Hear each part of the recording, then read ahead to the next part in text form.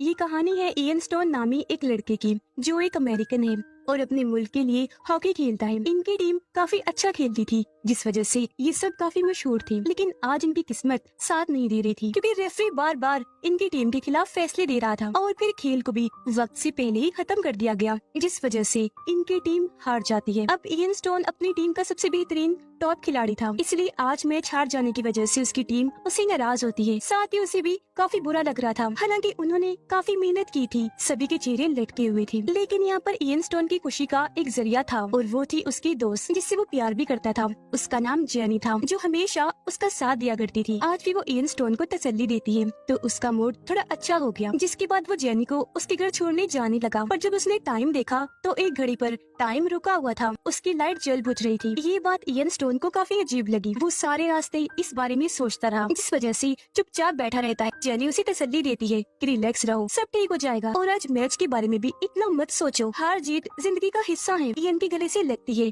ताकि उसे थोड़ा अच्छा लगे, पर ये चीज खिड़की से जेनी के मॉम डैड देख लेते हैं जिस वजह से उन्हें बहुत गुस्सा आता है और वो जल्दी से जेनी को घर के अंदर आने का कहते हैं। इसलिए फौरन वो गाड़ी से उतरकर घर के अंदर चली गई। अब यहाँ इयन और उदास हो गया, ये सोचकर कि मेरी किस्मत इतनी खराब है कि मेरी दोस्त की मॉम डैड भी मुझे पसंद नहीं करते। अब जब उसने देखा कि जेनी का आस पड़ोस बड़ा ही अजीब सा डरावना सा है तो उसे डर से लगने लगा और वो यहाँ से जाने में अपनी भलाई समझता है क्योंकि वहाँ एक खौफ सा था, वीरान इलाका जहाँ झूला खुद ही हिल रहा था। तो वो जल्दी से गाड़ी वहाँ से लेकर अपने घर के लिए निकल गया। कुछ दूर जाने पर जब सड़क आई तो उसे गाड़ी रोकनी पड़ी क्योंकि सड़क के बीचों बीच कोई लेटा हुआ था। अब इयन रुककर इंतजार करने लगा कि शायद वो आदमी खुद ही उठकर यहाँ से चला जाए, पर ऐसा नहीं होता। इसीलिए वो खुद ही गाड़ी से उतरकर बाहर आया ताकि देख सके कि ये इंसान कौन है और उसे हुआ क्या है जो वो ऐसे पड़ा है। बाहर बारिश काफी तेज हो रही थी। इयन जैसे आदमी के पास आकर उसे हाथ लगाता है, वो आदमी एकदम से हिल गया और फिर कांपने लगता है। ये देखकर इयन काफी घबरा गया, वो फौरन पीछे हट गया और अब उसे डर भी लगने लगा था। इसीलिए वो जल्दी से वहाँ से भागकर वापस अपनी गाड़ी में आकर बैठ जाता है। वो इमरजेंसी नंबर पर कॉल करने की कोशिश करने लगा, लेकिन जैसे उसने सर उठाकर बाहर देखा तो हैरत, वो आदमी वहाँ से गायब हो चुका था। और फिर अगले ही पल एक डरावना काला साया अचानक उसकी गाड़ी की तरफ बढ़ने लगा। वो गाड़ी के ऊपर चढ़ के सामने वाला कांच तोड़ देता है, अपने बड़े बड़े पंजों से इयन पर हमला करके उसे पकड़ के गाड़ी से बाहर फेंक देता है और फिर उसे पैरों से पकड़कर घसीटने लगा। उसे ट्रेन की पटरी पर लाकर लिटा देता है और इयन को तब तक पकड़े रखता है जब तक ट्रेन यहाँ नहीं आ जाती और उस पर चढ़कर उसे कुछ नहीं देती। ऐसे इयन की मौत हो गई और फिर अगले ही पल उसकी आंख अपनी ऑफिस में खुली। वो हमेशा की तरह आज भी बहुत परेशान लग रहा था। तभी फोन बजा जिसे इयन उठा लेता है, पर दूसरी तरफ जो आदमी था वो अजीब तरह से इयन से बात करने के बाद कॉल काट देता है। अभी जो हमने देखा इयन को लग रहा था कि वो मेरा बुरा सपना है, तो उसे थोड़ी तसल्ली हुई, पर उसे थोड़ा थोड़ा अजीब भी लग रहा था। यहाँ तभी उसका बॉस आकर कहता है कि मुझे अर्जेंट काम चाहिए, इस वजह से इयन जल्दी से अपने काम पर लग जाता है। जहाँ तभी उसके पास आई जेनी अपना काम करवाने। वो यहाँ ऑफिस में उसके साथ काम करती है। वो इयन को कहती है कि इस बार हफ्ते के आखिर में मैं अपनी फैमिली से मिलने नहीं जाऊंगी क्योंकि वो लोग हमेशा मुझे इस बात का एहसास करवाते हैं कि मैं सिंगल हूँ, अभी तक मेरी शादी नहीं हुई और तो और मुझे कोई अच्छा लड़का भी नहीं मिल रहा। फिर इयन रात तक काम करता रहता है। फिर काम खत्म करने के बाद वो अपने घर के लिए निकल गया। वो जब लिफ्ट में आया तो देखता है कि एक आदमी बड़ी जल्दी में है। भागकर वो लिफ्ट में चढ़ गया। तब इयन ने नोटिस किया कि वो पसीने में भीगा हुआ है और काफी घबराया हुआ भी लग रहा है। अब लिफ्ट जैसे ही पहले फ्लोर पर रुकी, वो आदमी फिर से जल्दबाजी करता है, फौरन यहाँ से भागकर आगे निकल गया, लेकिन वो कुछ बॉक्सेस से टकरा भी गया था। अब जब इयन लिफ्ट से बाहर आया तो वो देखता है कि लिफ्ट वाला आदमी वहाँ गिरा पड़ा है, जिसके आसपास बहुत सारे लोग जमा हैं। और लोगों में से एक आदमी था जो इयन को बड़े गौर से देखने लगता है। अब उसे लगा कि ये शायद मुझे जानता होगा, इसीलिए इस बात पर ध्यान नहीं देता। लेकिन जब उस आदमी ने उस बेहोश आदमी की बाजू को पकड़ा तो उसकी नसें काली हो गई। अब ये देखकर इयन को थोड़ा अजीब तो लगा, लेकिन इस चीज को अपना वहम समझकर वो यहाँ से आगे बढ़ गया।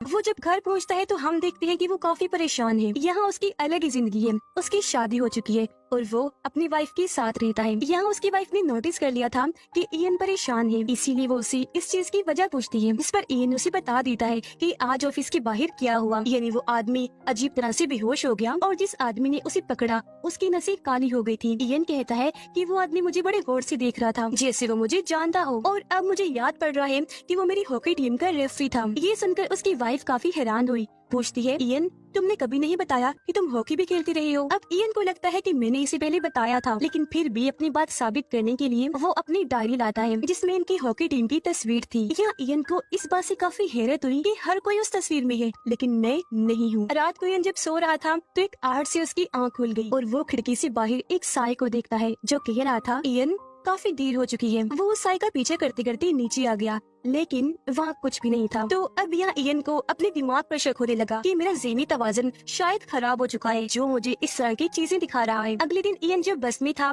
तो वो घड़ी पर टाइम देखता है जहाँ पर भी टाइम रुक गया था। तभी उसकी नजर दो लड़कों पर गई जो उसकी हॉकी टीम के खिलाड़ी लग रहे थे, इसलिए इयन उनके पीछे जाता है बात करने, लेकिन वो तो उसे अजीब तरह से घूर कर वहाँ से चले जाते हैं। लेकिन बस से उतरकर इयन उनका पीछा करने लगा, जहाँ तभी वो एक आदमी से टकरा जाता है जो बिजनेसमैन था और वो उसे जानता था। वो इयन को रोककर कहता है कि रुक जाओ, कहाँ जा रहे हो, मेरी बात सुन लो, तुम्हारे सभी सवालों के जवाब मेरे पास हैं। जो कहने के बाद वो इयन को एक जगह पर लेकर आया और बताता है कि वो लोग आ रहे हैं। वो नहीं चाहते कि तुम अपनी असली हकीकत को जान जाओ। जब भी तुम अपनी हकीकत के बारे में सवाल करोगी वो तुम्हें यहाँ मारकर एक नई जिंदगी में भेज देंगे, जहाँ तुम्हें अपनी पुरानी जिंदगी के बारे में सब भूलना होगा, और अगर तुम्हें सब याद रहा तो वो तुम्हें फिर से मार मार कर अगली जिंदगियों में भेजते रहेंगे, क्योंकि पुरानी जिंदगी के बारे में कुछ भी याद नहीं होना चाहिए। अब उसकी बातें इयन की समझ में नहीं आ रही थी, उसे तो उल्टा गुस्सा आ रहा था। इसीलिए वो बिजनेसमैन को धक्का मारकर दीवार के साथ लगा देता है, लेकिन तभी नीचे बनी एक जगह से वो काला साया आ गया और बिजनेसमैन पर हमला कर देता है, जिससे वो नीचे गिर गया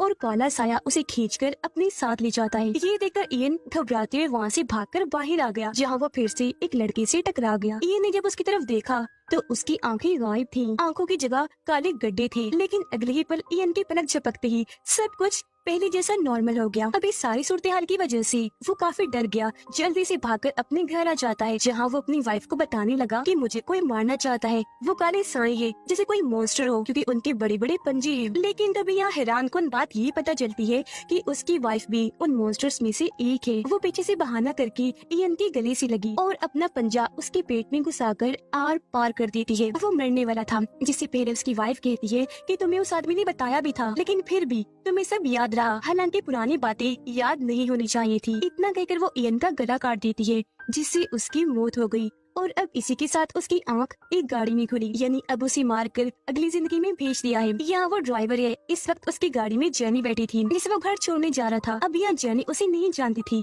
लेकिन इयन को लग रहा था कि मैं शायद इसे पहचानता हूँ। घर जब ये पहुंचे तो जेनी उसे कहती है कि यहाँ रुककर इंतजार करो, मैं अंदर से कॉफी बना कर लाती हूँ। अब जब इयन बाहर खड़ा इंतजार कर रहा था तो वो पड़ोसियों की खिड़की पर एक अजीब चीज नोटिस करता है। बहुत सारे काले साए अपने अपने घरों की खिड़कियों पर खड़े होकर इयन को घूर रही थी, जिससे वो घबरा गया और वापिस गाड़ी में आकर बैठ जाता है। तभी जेनी भी कॉफी बनाकर ले आई और वो लेकर जल्दी से वो यहाँ से निकल गया। तभी उसकी नजर घड़ी पर पड़ी, जहाँ भी टाइम रुक गया था। आगे बढ़ने पर उसकी नजर उस बिजनेसमैन पर पड़ी जो एक जगह पर खड़ा हुआ था। अब इयन को पता था कि मैं इसे जानता हूँ, इसीलिए वो उसके पास जाने लगा। बिजनेसमैन वहाँ से आगे बढ़ गया। तब इयन उसका पीछा करते करते एक जगह पर आकर उसे रोक लेता है। इयन ने जैसे उसे पकड़ा, उसे अपनी पुरानी जिंदगी की बहुत सारी यादें याद आने लगती हैं, जिन सब में वो जेनी के साथ था। तो वो बिजनेसमैन कहता है कि जेनी की जान को खतरा है, उसे बचा लो। इतना कहकर वो यहाँ से गायब हो गया। उसके जाने के बाद इयन को यहाँ अजीब महसूस हुआ और फिर अगले ही पल ऊपर से वो काला मॉन्स्टर तेजी से नीचे आने लगा और इयन पर हमला करके उसकी जान ले लेता है। जहाँ फिर उसकी आंख एक नई दुनिया में खुली। यहाँ वो नौकरी की तलाश में एक एजेंट के पास आया था, जो और कोई नहीं बल्कि जेनी ही थी। अब यहाँ इयन को अपनी जिंदगी पहले की निस्बत काफी अच्छे से याद थी। वो जेनी को बताता है कि हमें कोई मारना चाहता है, पर जाहिर है वो उसे जानती नहीं थी, तो उसकी बातों का यकीन भी नहीं करने वाली थी। फिर तभी इयन की नजर घड़ी पर गई, जहाँ भी वक्त रुका हुआ था। उसने जब बाहर देखा तो उसे वहाँ वो आदमी नजर आया जिसे वो अपनी पिछली 2 जिंदगियों में भी देख चुका था, और इस दुनिया में वो इसकी मौत बनकर आया था, क्योंकि यहाँ वो मॉन्स्टर था और उसके बड़े बड़े पंजे थे। उसे देखकर डर की वजह से इयन की हालत खराब हो गई और वो जल्दी से यहाँ से भागकर लिफ्ट में आ गया, जहाँ वो मॉन्स्टर छत तोड़कर इस पर हमला करने लगा। लेकिन वो जैसे तैसे यहाँ से भी अपनी जान बचाकर बाहर गाड़ी के पास आ गया। वो जैसी गाड़ी में बैठा, काले साए यहाँ भी आ गए, खिड़कियों से उसे डराने लगे। फिर एक मॉन्स्टर छत पर आकर अपना पंजा ही गाड़ी में गाड़ देता है इयन पर वार करने के लिए। इससे वो और डर गया,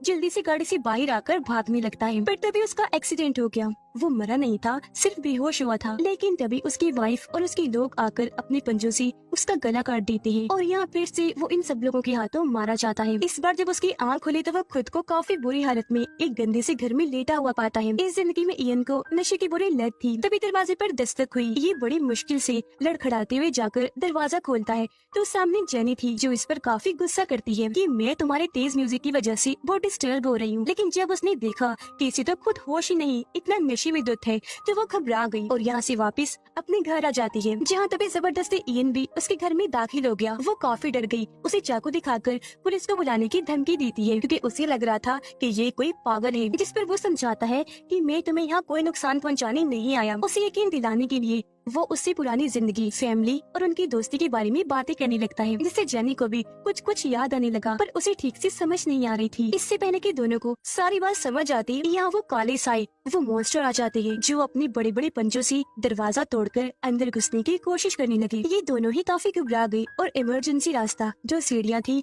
वहाँ से नीचे आ गई। पर यहाँ भी इयन की वाइफ और उसके साथी खड़े थे। वो फिर से उस पर काबू पा रही है। उसने इयन का गला पकड़ लिया था। इससे पहले वो उसे जान से मारती, जेनी उसकी गर्दन में चाकू घुसा देती है। इससे उसकी वाइफ इयन को छोड़ देती है और इन दोनों को यहाँ से भागने का मौका मिल जाता है। ये दोनों भागकर स्टेशन पहुँची और जब ट्रेन का इंतजार कर रही थी तो जेनी उसे बताती है कि मुझे अपनी पुरानी जिंदगी याद आ चुकी है। अब जैसे ट्रेन आई, दोनों उसमें चढ़ गई और अब हमेशा एक साथ रहने का फैसला करते हैं। अब जब इयन ने साइड में देखा तो वहाँ वही बिजनेसमैन बैठा था, जो इस दुनिया में काफी कमजोर लग रहा था। वो आज यहाँ इयन को सारी सच्चाई बता देता है। कहता है कि जो लोग तुम्हारे पीछे पड़े हैं ना, यानी काले साई मॉन्स्टर्स, उन्हें हार्वेस्टर्स कहा जाता है। मैं भी उन्हीं में से एक हार्वेस्टर हूँ और हम इंसान के डर और खौफ पर जीते हैं। हमें और ताकतें मिलती है ऐसा करने से। ये बताकर वो एक मुसाफिर के पास गया और अपने असली रूप में आकर काला साया बनकर उसे डरा देता है। और क्योंकि वो आदमी काफी डर गया था तो वो बिजनेसमैन यानी हार्वेस्टर फिर से ठीक से एहतियात हो जाता है, क्योंकि उस आदमी के डर को इसने इस्तेमाल जो कर लिया था। अब वापिस आकर वो इयन को बताता है कि हमारा बस इतना ही काम है।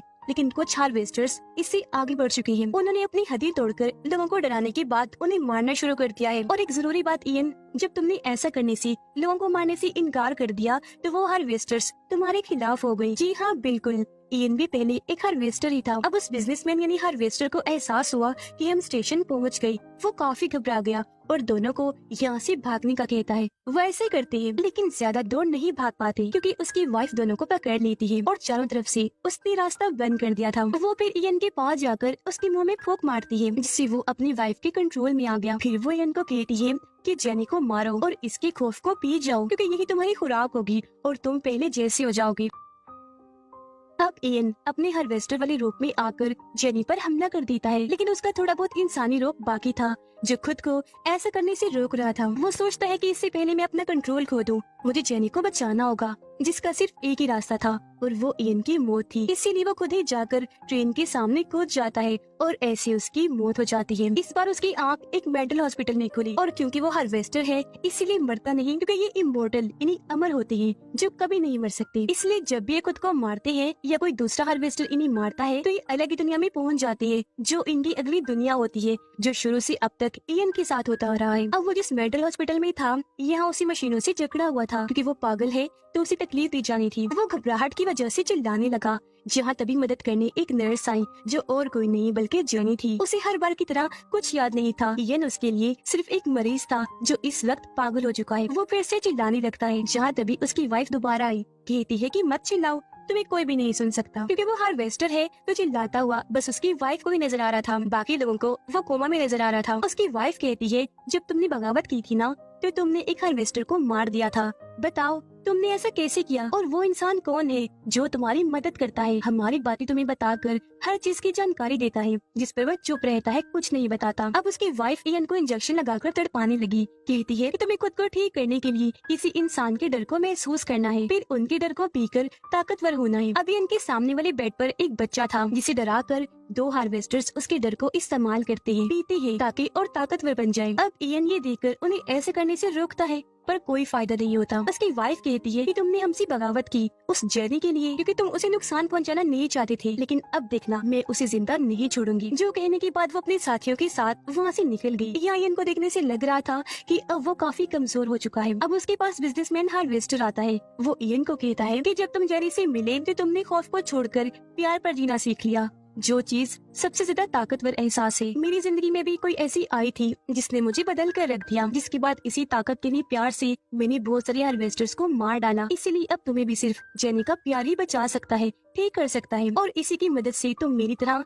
इन हार्वेस्टर्स को मार भी सकते हो। लेकिन फिलहाल तुम्हें कम से कम अपनी हालत को ठीक करने के लिए किसी पर जीना होगा, यानी उसका सब कुछ लेना होगा, और ऐसा मैं करूँगा तुम्हारे लिए। तुम मेरी जिंदगी ले लो, क्योंकि मैं अपने प्यार को नहीं बचा पाया, पर तुम्हें बचाना होगा अपनी जेनी को। तो अब यहाँ ना चाहते हुए भी इयन को ठीक होने के लिए उसकी जिंदगी लेनी पड़ती है। दोनों एक दूसरे का हाथ पकड़ते हैं और उसकी सारी ताकत इयन के अंदर चली जाती है। बिजनेसमैन खत्म हो गया और इयन के भी सारे जख्म मिनटों में भर गए। जिसके बाद जब यहाँ वो हार्वेस्टर्स वापस आए तो इयन अपने बिस्तर से गायब था। एक हार्वेस्टर वहाँ खड़ा सोच ही रहा था कि तभी पर्दे के पीछे से एक पंजा निकलकर उस हार्वेस्टर की आर पार हो जाता है, जिससे वही उसकी मौत हो गई। ये पंजा दरअसल इयन का था, क्योंकि वो अपने हार्वेस्टर वाले रूप में आ चुका था। अब जेनी को बचाने के लिए अपने प्यार की ताकत से वो एक एक करके सभी हार्वेस्टर्स को मार गिराता है, उनके अंदर अपना पंजा घुसाकर उनको चीर फाड़ करके। ये देखकर उसकी वाइफ भी अपने असली रूप में आ गई। वो पीछे से जेनी को पकड़ लेती है और इयन से कहने लगी कि तुम सिर्फ मेरी हो, मैं तुम्हें इस जेनी का होने नहीं दूंगी। वो जेनी को मारने के लिए बिल्कुल तैयार थी, तो कोई रास्ता न होने पर इयन अपना पंजा जेनी के पेट में घुसाकर आर पार कर देता है, जिससे जेनी के साथ साथ उसकी वाइफ की भी मौत हो गई। वो तड़प तड़प कर वहाँ से गायब हो गई। जेनी जमीन पर गिर पड़ी। इयन उसे संभालता है। उसे उस बिजनेसमैन की बात याद आती है कि सबसे बड़ी ताकत प्यार है, इसलिए वो यहाँ उसे अपने प्यार का इजहार करता है कि मैं तुमसे बहुत प्यार करता हूँ और हमेशा तुम्हारे साथ रहना चाहता हूँ। ये कहने के बाद वो प्यार की ताकत से ही उसके जख्म भरने लगता है, जिससे वो बिल्कुल ठीक हो गई। ऐसा होने के बाद वो अपने और जेनी के लिए अपनी सबसे खूबसूरत जिंदगी चुनता है, यानी सबसे पहले वाली, जिसमें वो एक कामयाब हॉकी प्लेयर है और फ्री टाइम में इन हार्वेस्टर्स को मारने का काम करता है ताकि वो लोगों को ना मारे। दोनों अपनी इस खुशहाल जिंदगी में वापस आकर बहुत खुश हो जाते हैं और आज यहाँ उन्होंने प्यार जैसे खूबसूरत एहसास को पहचान लिया था कि इससे बड़ी ताकत और कोई नहीं। प्यार के जरिए हम किसी भी मुश्किल का सामना कर सकते हैं, इसीलिए हमें हर रिश्ते को प्यार से लेकर चलना चाहिए। इसी के साथ इस फिल्म की कहानी यहीं पर खत्म हो जाती है।